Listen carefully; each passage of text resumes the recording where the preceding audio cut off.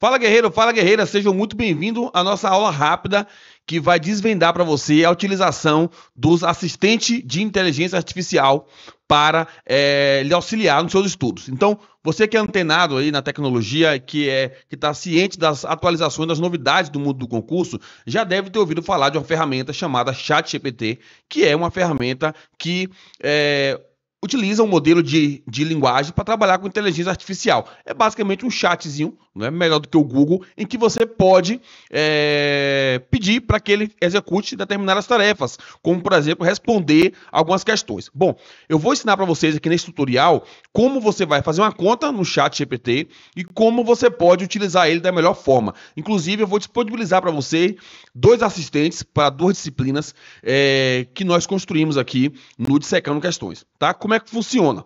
Você vai, primeiramente, entrar lá no Google, nesse endereço aqui, chatgpt.com, tá? E aqui você vai se cadastrar. É muito simples, tá? A forma como você se cadastra, você vai colocar um endereço de e-mail aí, qualquer. Em seguida, né, você vai ter que colocar uma senha e você vai estar com a sua conta feita dentro do ChatGPT. Depois que você faz, pode aparecer aqui para você, né? Provar que você não é um robô. O robô quer que você prove que você não é um robô. E aí você vai ter acesso à sua tela inicial, que é basicamente essa aqui. Veja, dentro do ChatGPT, no plano gratuito mesmo, você já consegue utilizar, fazer muitas coisas. O que é que ocorre? As pessoas às vezes entram aqui, né, e simplesmente começam a perguntar as coisas para o ChatGPT sem nenhum critério, né? Por exemplo, eu posso perguntar aqui... E algumas coisas ele vai explicar muito bem, tá? Outras coisas nem tanto. Então, você precisa ter, não é, uma certa segurança para fazer isso. Então, me explique sobre os princípios. Vou botar aqui princípios administrativos. Tá? Ele vai fazer um comentário, né? Ele vai dizer lá os princípios administrativos, são diretrizes fundamentais. Então, perceba aqui, né? Os princípios administrativos, se eu perguntar assim, como se fosse sobre o direito administrativo, aqueles princípios lá, né? Fundamentais, o LIMP, ele entendeu como princípio da administração, tá? Então, aqui ele está falando de Henri Fayol, os 14 princípios de administração. Então, aí algumas pessoas, né, se deparam com isso aqui e acabam ficando chateados. O ChatGPT não serve para nada e tal, dá muita informação errada. Só que o que acontece? Entenda como é que funciona o ChatGPT. Ele é um modelo de linguagem grande. Então, ele tem acesso, né, a todo o banco de informações da internet até determinado ano aí, 2023, se eu não me engano, o mais atualizado. Então, você tem que usar o ChatGPT pensando que ele é como se fosse um assistente que conhece, não é? Todo o conteúdo que está na internet. Você só precisa dizer para ele como é que ele tem que encontrar esse conteúdo, tá? Então, o que é que a gente faz? A gente criou assistentes aqui dentro da Dissecando Questões, dentro da nosso curso e mentoria, onde nós testamos vários comandos, validamos esses comandos para cada área. Então, por exemplo, quando eu quero responder alguma coisa de direito administrativo, né, eu vou dizer para o ChatGPT que ele é um professor de direito administrativo, ele é formado em direito administrativo, ele tem determinadas habilidades, vou fornecer para eles alguns artigos, alguns textos da área do direito administrativo, e isso vai fazer com que ele crie uma inteligência sobre aquele assunto. Então, é como se ele fosse formar as conexões, né, neurais da inteligência artificial, para poder lhe fornecer, né, explicações sobre determinado tema, tá bom? Então, você utilizar ele de uma forma na tora, na doida, assim, de qualquer jeito, realmente você vai ter dificuldade em extrair as informações.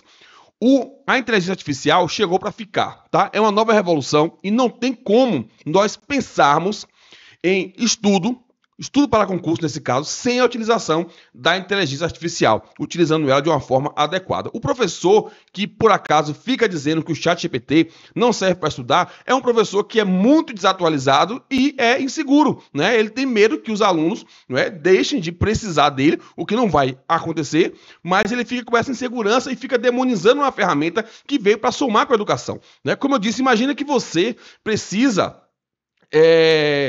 ter uma explicação rápida sobre determinada questão, sobre um assunto. E aí você tem que enviar uma pergunta para um professor ou para um fórum de dúvidas, esperar ele responder. E muitas vezes, o que acontece?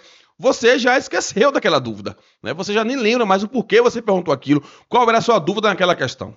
Né? E aí você acaba atrasando o seu estudo e essa dúvida acaba fazendo falta lá na frente, porque você fica com uma lacuna do conhecimento que precisa ser preenchida. Então, os assistentes, né, são professores assistentes de inteligência artificial, que eu chamo, o robô tutor, ele vai servir para nos dar esse tipo de informação, tá? Ele vai poder explicar rapidamente as questões. Eu vou dizer algumas instruções para o uso, tá? Para que você obtenha a melhor experiência com esses assistentes. Então, nenhuma inteligência artificial vai ser capaz de substituir, né, os professores. Tá? No entanto, toda a tecnologia, assim como essa forma de educação à distância, no passado foi demonizada e hoje, no digital, é o que mais acontece, o que mais aprova os estudantes. Toda a tecnologia deve ser usada a serviço do processo de ensino-aprendizagem. Isso aí é fato. Tá? A segunda instrução é que o objetivo desses assistentes, tutores, é fornecer um caminho rápido e estruturado para a explicação, certo? De uma resposta que já é conhecida. Eu vou explicar mais detalhes em seguida. Você vai sempre fornecer para esses assistentes o enunciado da questão e o gabarito, tá? Esses assistentes ainda não têm um treinamento adequado para oferecer a você a resposta correta, certo?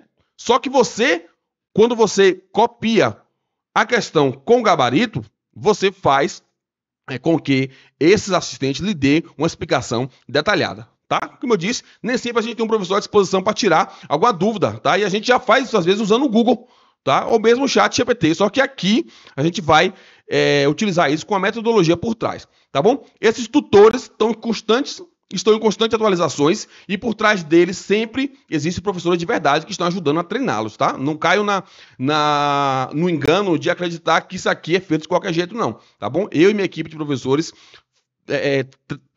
trabalhamos, né, por trás dele para treinar e dar a eles cada vez mais condições de trazer respostas acuradas. A intenção deste programa de tutores é fornecer insights rápido e detalhado a partir do enunciado e o gabarito, tá? Sem um gabarito, a taxa de acerto não é confiável. Então é usar ele com sabedoria. Sabe aquela questão que você não entendeu o porquê da resposta ou simplesmente achou o enunciado confuso? Então, se você tem um gabarito dela, basta escolher a matéria, copiar o enunciado com as alternativas e o gabarito, e assim a resposta e o gabarito sempre nesse formato, resposta X, com o X e a letra certa, e o robô vai dissecar a questão para você, tá bom? Eventualmente, você pode pegar a alternativa, copiar e colar, eu vou mostrar isso aqui, colocando ao final resposta certa ou errada, dependendo do gabarito. Que esses tutores também conseguem explicar para você, tá bom? Não adianta, pessoal, querer testar se o tutor assistente sabe a resposta certa ou não de uma questão. Ele não foi programado para isso. Então, se você testar, sem dar o gabarito, ele pode acertar ou errar, né? As chances são 50%. Então, evite gastar o seu tempo e até confundir sua cabeça durante o estudo com essas bobagens. Tá bom? Dúvidas que persistirem, ainda assim, depois da consulta aos assistentes, você deve direcionar diretamente a um professor da sua área, tá bom? Então vamos lá agora o que interessa, né? Vamos fazer na prática aqui. Então vamos lá, né? Eu vou pegar aqui uma questão demonstrativa de direito administrativo, tá? Então eu vou clicar aqui, ele vai, né, abrir uma aba onde é o professor Vênus. O professor Vênus, ele é um professor de direito administrativo especializado em concursos públicos, tá? Então eu vou pegar aqui, né, no meu concurso aqui está aberto, uma questão, tá? De uma prova aí. Vou copiar essa questão, tá vendo? Vou colocar, ela lá no chat. Certo? Aqui agora, eu não vou dar o Enter, eu vou apertar Shift e depois dar Enter, colocar agora a resposta da questão, né? Resposta é para que ele me explique. Então, eu vou copiar, colar, a resposta é. Agora sim, ele consegue, né? Ele vai fazer o quê? Ele vai apresentar essa análise dessa questão. É uma questão de princípios administrativos. Veja só, agora sim ele entendeu, né, que são diretrizes fundamentais. Por quê? Porque esse professor Vênus, ele já está por trás dele, né, preparado para responder esse tipo de questão. Tá? Então ele vai explicar cada uma das alternativas, por que é certo, por que é errado. Tá bom? Então isso vai funcionar, professor, sempre 99% das vezes, tá? É pouquíssimas vezes que acontece errar. Que dá uma explicação ruim e você percebe logo quando isso acontece. Então, aqui eu vou fazer um outro exemplo. Vou pegar essa questão aqui, vou marcar qualquer uma. Ó, acertei no chute, tá? Mas veja só, eu Eu vou colocar essa alternativa aqui. Eu sei que ela é errada, tá? Então eu vou colocar lá, ó, Ctrl V, certo? E vou colocar Shift. Eu aperto Shift e dou 2 Enter e coloco resposta. Ó, errada. Por quê? Agora ele vai me explicar, tá? Então veja só. Era uma pergunta da seguinte forma: a publicidade, em regra, funciona no direito brasileiro como condições de validade dos atos administrativos. Ele vai explicar. No direito administrativo brasileiro, a publicidade é um dos princípios fundamentais, conforme o caput da Constituição Federal. Esse princípio assegura que os atos administrativos sejam transparentes, permitindo o controle e a fiscalização por parte dos cidadãos e dos órgãos de controle. A publicidade, no entanto, não é uma condição de validade dos atos, mas sim uma condição de eficácia, viu? Então aqui ele trouxe a informação, né, de explicar só o porquê dessa alternativa. Às vezes você está lendo a questão e você não sabe por que aquela alternativa está errada. Então aqui você tem diretamente essa possibilidade. Eu vou pegar aqui, se eu fosse fazer a questão toda, não é? Ctrl C, Ctrl V, Shift, Enter, tá? E aí agora eu vou, é letra B, né? Eu vou colocar aqui, ó, resposta, vou copiar aqui em cima, resposta, ó, lá embaixo agora, resposta B, beleza? Resposta B. E aí ele vai, né, novamente me dar a explicação dessa questão, tá? Ele vai comentar cada uma das alternativas dizendo, aí, ó, a letra A, aquela alternativa que estava errada. Essa afirmação está incorreta. A publicidade é uma condição de eficácia, não de validade dos atos administrativos. Beleza? Isso você vai poder fazer para, se você for aluno do curso da mentoria, para qualquer uma dessas disciplinas aqui, já estão treinadas, tá? Agora eu estou liberando para você os assistentes do direito penal e da disciplina de português para você testar, usar e abusar aí. Beleza? É isso, vamos para cima.